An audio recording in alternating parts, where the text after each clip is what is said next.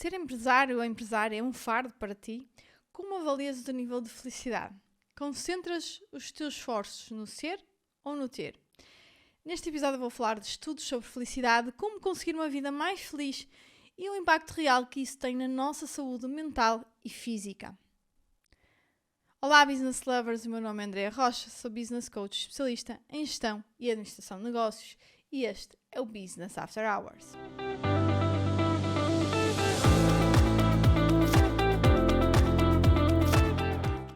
Olá, meus caros ouvintes, como está? Tudo por aí? Este ano, como todos os outros, está a passar bastante rápido, não é? E quando tal, já estamos aqui no final de abril. E o que é isto? O tempo que é tão importante? Será que nós estamos realmente a valorizar o tempo? A pôr o tempo naquilo que mais interessa? E o que é que mais interessa? Acho que toda a gente procura, não é? Que é ser feliz. Então a minha pergunta hoje tem a ver com isso. Será que serão os empresários felizes? Parece uma pergunta estranha, mas não parece que muitas vezes que empresários e empresárias estão a limitar-se o que querem fazer, a arrepender-se do que não viveram, do que não vivem, do que dizem que não poder viver. Eu olho para muitos empreendedores que parecem estar a fazer daquilo forçados, não é? Que parece que isto é um caminho das pedras mas de alguma forma eu estou quase que obrigada a fazê-lo. Que só olham o dia em que vai ser diferente porque chegarão a um determinado fim que almejaram, seja ele qual for. Parece-me pelo discurso de muitos que só importa o fim, o dia em que ficam ricos ou conseguem X ou Y, não sei, ou se calhar até um dia até desistir e procurar outra coisa qualquer, não sei. Seja lá ele o que for, parece-me, pelo discurso de muitos, que realmente só importa o fim e até lá é só um caminho de sacrifício. Aliás, calma aí, eu não estou a dizer que não é sacrifício, que não há esforço, e deve haver, não é? Eu falo muito desse caminho de sacrifício, esforço, de luta, mas no sentido em que eu gosto, não é? Eu adoro essa forma de viver, de resolver problemas, não é? De ultrapassar desafios. E não encontraria felicidade numa outra forma, pelo menos para já. Para já estes são os meus objetivos. Não quer dizer que eu daqui a 10 anos queira continuar, não é? Com esta irrequietude, não é? Talvez um dia seja diferente, talvez um dia queira descansar mais, não estar sempre com foco e atenção, não é?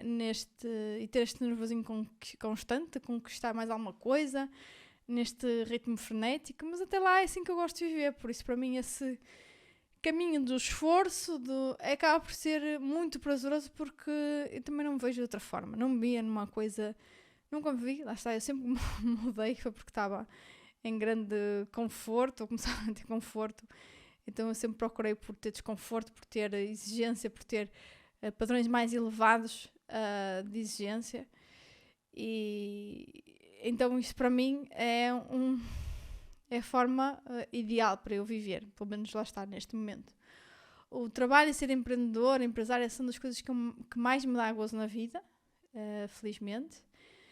Além disso, há muitos momentos que eu fico completamente offline das empresas, não é? Ou quase completamente, eu nunca me desligo.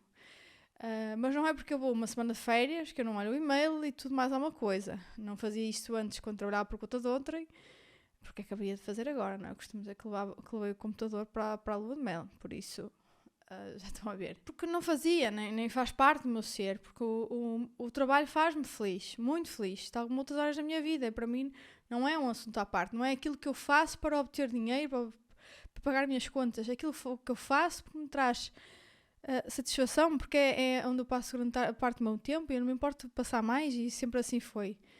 É uma parte da minha vida que eu adoro. E quem diz trabalhar 10 ou 20% das férias não ter férias é porque não está minimamente entusiasmado com o que faz, ou porque não gosta, ou porque efetivamente avalia isso como uma parte da sua vida à parte, né? Assim dizendo, eu sempre que vou de férias, tendo lá está, acordar mais cedo que toda a gente, né? O resto para ver um bocadinho no e-mail, ver quem é que precisa da minha resposta, a tentar alguma coisa. Não começo, claro, não estou com a cabeça para isso, para estar ali afincada em determinadas tarefas, não é? Em que eu gosto de estar com as condições, ok, agora é para produzir, mas pelo menos verificar, dar um olho nas coisas, tenta fazer isso. Por exemplo, sei lá, se calhar se for na hora em que o meu filho vai dormir e tendo a fazer alguma coisa com maior extensão ou ler livros sobre negócios, não é? Mas é assim, eu não me consigo desligar, porque realmente para mim é uma grande parte da minha vida e uma parte muito importante. O que é completamente diferente do empresário que não sai do telefone, não é? Quando está de férias e diz que não pode ir de férias porque a empresa não segue sozinha, sem ele, está sempre a ligar para toda a gente.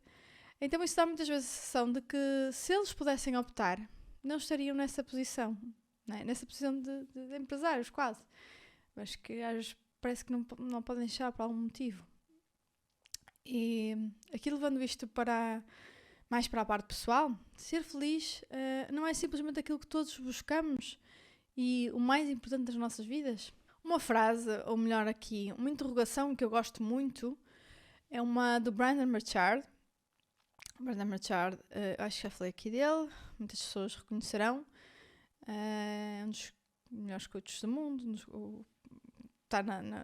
aparece, figura muitas vezes na Forbes, é conhecido como foi coach da Oprah Winfrey e por aí. Que basicamente, a frase dele serve como uma reflexão para um dia mais à frente da nossa vida, que é: quando chegarmos lá, a esse ponto, não é? Numa idade mais avançada, iremos perguntar relativamente à nossa vida se valeu a pena. E a frase é: did I live?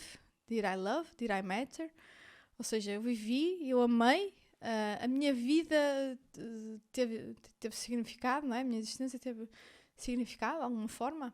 Então eu interligo muito isto com a felicidade. Para mim, felicidade é estar no ser, ou melhor, a minha felicidade é estar no ser e no estar e não no ter. E o que quero com isto dizer? O que é ser estar? É amar, é estar com quem amamos, é poder experienciar a vida, é ter momentos dos quais vamos recordar para sempre, é saber que a minha vida teve significado por construir relações de valor, porque marquei presença no momento e não apenas existi. Eu digo muito esta expressão porque nós não temos uma palavra só para isto em português, que é worthwhile, não é? Uma vida que vale a pena ser vivida. E então o que significa isto de ter uma vida feliz, uma vida preenchida, realizada, uma boa vida? De acordo com os diretores do Harvard Business, ou melhor, do Harvard Study of Adult Development, eu hoje também o hago, o maior estudo científico alguma vez conduzido sobre felicidade, a resposta para estas perguntas é mais simples do que nós podemos imaginar. Então, o que é que faz a nossa vida ser preenchida e ter significado? As relações. Quanto mais fortes as nossas relações são, mais propensos estamos a ser felizes e temos vidas mais preenchidas e, por isso, também mais saudáveis. Na realidade, o estudo indica que a força das nossas conexões com os outros pode prever a saúde do nosso corpo e cérebro, ou seja, da nossa mente, não é? Ao longo da vida.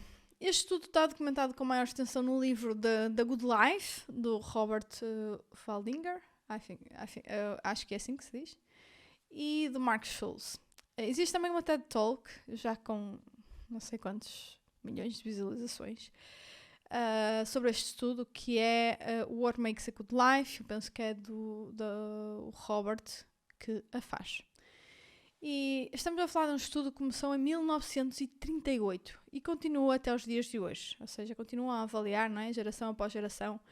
Então, o que é que faz aqui propagar a felicidade? Revelando que relações e conexões fortes é o que mais impacta na saúde física e mental e estão diretamente relacionados com a longevidade.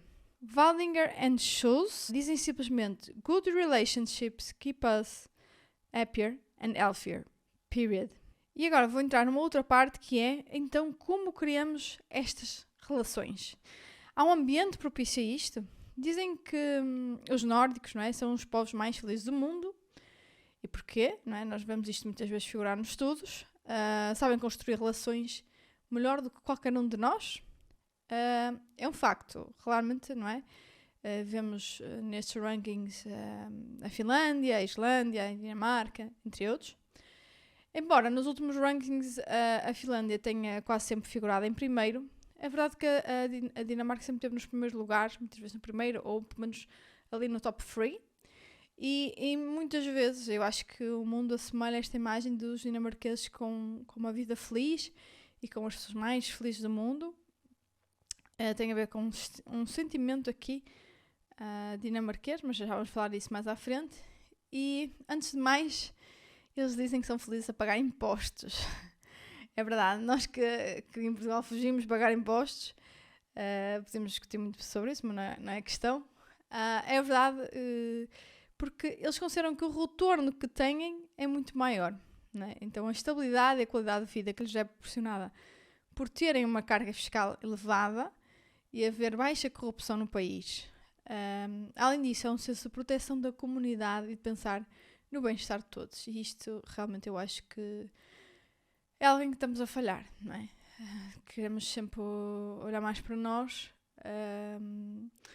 e se calhar esquecemos de muita gente que tem muito menos e não temos esse caráter de doar, que eu acho que é uma coisa muito importante e que mudou muito na minha vida. E há uma frase de um excelente pensador dinamarquês, que é o Nicolai Frederik Severin, que um dia disse: "In Denmark, few people have too much, and even fewer have too little." Ou seja, se calhar temos aqui muitos poucos muito ricos, não é? Mas ainda mais que isso, temos muito poucos que não têm praticamente nada. Que infelizmente é uma coisa que se vem a degradar no nosso país. Lá está, isto estava um outro tema, mas isso para mim até custa-me um bocado falar disto, para ser sincera. E sei lá, nas mais pequenas coisas, eu acho que nós, devemos poupar dinheiro, mas muita gente, se tem muita coisa, não é? Por exemplo, uma coisa que eu vejo muito, vender roupas na Vinted ou coisas na LX ou coisas do género. Há pessoas, se calhar, que não estão nesse padrão, não é? Ou que podiam estar no padrão que, em vez de vender, ou pelo menos uma parte, oferecer a alguém que precisasse mais. Porque, quer dizer, se calhar é porque têm coisas demasiadas que eu tenho que andar a vender, não é? Se forem minimalistas, se calhar não tinham assim tantas coisas.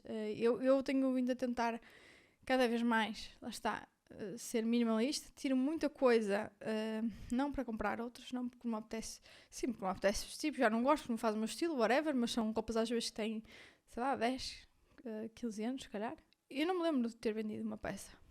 E às vezes são peças bem caras, de marcas que eu sei que se vendesse daria bastante dinheiro. Mas ao mesmo tempo estou a fazer outra pessoa feliz, outra pessoa que se calhar não teria a oportunidade de ter um bem daqueles se não lhe fosse dado, não é? E eu não vendo isso para comprar outros, eu vendo isso para que... porque quero ter menos coisas, porque quero ser menos agarrada ao ter coisas, e ao mesmo tempo é uma forma de fazer outras pessoas felizes e pronto, é um win-win. Mas bom, passando isso à frente, como eu tinha falado, os dinamarqueses dizem ter um segredo aqui na forma como eles vivem para serem mais felizes. Esse segredo é o Hug. Na realidade, aquilo, se vocês virem escrito, é HYGGE. Mas segundo eu pesquisei, e já ouvi, até porque eu já ouvi um livro que eu vou falar aqui à frente, escrito pelo próprio autor, já falamos disso à frente, é o Hug que eles dizem, apesar de ser com Y. Então, o que é o Hug? É o segredo de apreciar bons prazeres da vida e pequenos prazeres da vida. É uma espécie de aconchego entre amigos, não é? Entre familiares, como beber um chá quente em frente a uma lareira, pode ser uma reunião de família e amigos, um jantar às 2 velas ou simplesmente estar a ler um bom livro. Basicamente é dar mais sentido à nossa vida com os nossos sentidos. É, por exemplo, como o crepitar dos troncos na lenha, da lenha a arder. Eles dizem que é dos sons mais Hug que podemos encontrar, os dinamarqueses, mas há outros. Por exemplo, uma coisa que eu gosto muito, ultimamente não tenho conseguido fazer, que é ir andar, caminhar, não é? E tem um sítio que eu vou em que tem muitas árvores, e depois na altura, não é, do outono, elas caem e ouve-se aquele som, não é? E, sei lá, estar assim no meio da natureza, isso é uma coisa a mim que por acaso me dá felicidade. E sei lá, ver o meu filho a pegar nas folhinhas e nas bolotas, essas coisas, é uma coisa que efetivamente, sei lá, são pequenos prazeres da vida, são pequenos momentos que ficam e perduram na memória. Então, e como estava a falar, há aqui um livro sobre o Hug, escrito por Mike Wiking. Mike Wiking fundou o primeiro Happiness Research Institute no mundo em 2013 e adivinhem onde é que ele fica? Em Copenhaga, na Dinamarca. Verdade. Então, o Mike é autor best-seller de New York Times, não é? CEO do Happiness Research Institute, que fica então na Dinamarca, e palestrante internacional. É um dos mais influentes investigadores na área da felicidade. Escreveu 2 New York Times best-sellers, que é o Little Book of Hug, que eu inclusive, eu tenho o formato físico, tenho uma vista de olhos, mas na realidade eu ouvi em audiobook todo o livro na Audible. E depois tem um outro que eu ainda não explorei, mas é de explorar, que é The Little Book of Luca. Acho que é Luca. Também é com Y. Escreve-se L-Y-K-K-E. Mas lê-se Luca. E querem saber uma curiosidade? Nos seus estudos, Mike Wiking descobriu que Portugal é o país com os pais mais felizes do mundo. Está comprovado. Os pais de Portugal têm uma rede de suporte por parte dos avós maior do que a maioria dos pais que vivem noutros países. O que faz com que os pais tenham mais ajuda, mais tempo livre, mais liberdade e logo mais felicidade, mais louca, ok? Que basicamente significa felicidade. Então, Mike Wiking, no Happiness Research Institute, tem-se dedicado a encontrar uma métrica para a felicidade.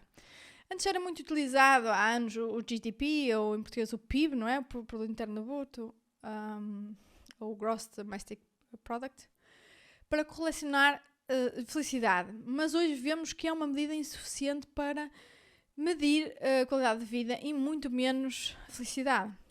Isto porque até se nota que nunca houve tanta riqueza como hoje em dia, mas as pessoas não é por isso que ficaram mais felizes. Se calhar até temos aqui mais tendências para suicídios e depressões e ansiedades, essas coisas do género. Então, a métrica que hoje em dia este instituto está a trabalhar é o Wellbeing Adjusted Life Years, ou WALLYs. E esta métrica aglomera várias componentes, mas um ponto que mais uma vez é abordado é a solidão. Neste caso, o contrário, não é? Ter relações saudáveis, fortes e felizes que nos levam a maior felicidade. E sabem o que é que eles descobriram? Entre muitas outras coisas, que até em muitas doenças, quando eles aparecem num estágio mais avançado, de alguma forma são de pessoas que não sentiam de ter uma vida feliz, nomeadamente na parte das relações, e nomeadamente sentiam-se sozinhas e isoladas. E para finalizar, queria ainda relevar aqui mais uma conclusão, embora este não seja, é do outro estudo, do Good Life. Pessoas felizes não se preocupam com o que as outras pensam, mais ainda, este é dito como um dos maiores arrependimentos das pessoas numa idade avançada, segundo este estudo de Harvard. Então, aqui conclusões. Procurar a felicidade, não é? Caros ouvintes, e a felicidade está na relação com os outros, em viver momentos que queremos viver com quem amamos, em olhar as pequenas coisas simples da vida, não é? Os pequenos sentidos. Uma coisa que eu digo muitas vezes ao meu marido é que muita coisa pode acontecer ainda, mas uma coisa eu tenho a certeza: o meu filho não volta a ter a idade que tem agora, a ser um bebê, e um dia vamos ter muitas saudades desta fase. E não há volta atrás, não é? Só ficam as memórias. Por isso é que hoje em dia eu tiro 30 a 40 dias de férias por ano. Por isso é que muito mais do que eu tirava antes. Por isso é que eu faço questão de o levar comigo, seja lá para onde for. Já foi um bocadinho em tudo. Até ao Monte Etna já subiu. Era a única bebê lá. Aliás, a única criança na altura que eu vi. Ainda que as pessoas digam que um dia ele não se vai lembrar, mas eu sim, eu tenho a certeza que serão das melhores memórias que eu levo da minha vida, e isto é o que é para mim felicidade. Cada um deve julgar o que é para si a felicidade. Eu vejo muitas vezes empresários e empresárias a debruçar sobre felicidade como o ter, não é? Era isso que eu dizia no início. Que é, eu tenho que pôr a minha empresa, tenho que fazer muito dinheiro, não importa como, a relação às vezes com os outros, não importa muito como é que os meus colaboradores são tratados, não importa muito as condições que eles têm, e ainda por cima para ter coisas, não é? Para ter este carro, para ter esta roupa, para ter isto ou aquilo. É o propósito deles, está tudo certo. Mas o que eu encontro muitas vezes é que também essas pessoas não são as pessoas verdadeiramente felizes. Porque acabam por prescindir do tempo por uma coisa que se calhar não gostam de fazer tanto. Como eu digo, para mim não é um esforço trabalhar, é das coisas que eu mais gosto. Mas se calhar para eles é algum sofrimento efetivo e depois não se transforma em real felicidade, não é? Porque depois, convenhamos, eu não sei porque, quer dizer, os meus carros são os mesmos desde a altura que eu acabei de estudar, desde que comecei a trabalhar. Mas realmente não é aquela coisa de ter um carro novo, de comprar um carro espetaculoso, sei lá, aquela roupa, seja lá o que for, é na hora e pouco mais. Depois aquilo passa a ser banal, não é? Enquanto memórias nós construímos, elas nunca vão ser banais, se forem importantes para nós, se forem com quem faz sentido. É apenas uma reflexão, não quero que ninguém concorde comigo, não quero mudar a opinião de ninguém, mas se alguém se sentir que anda nesta roda do hamster, não é?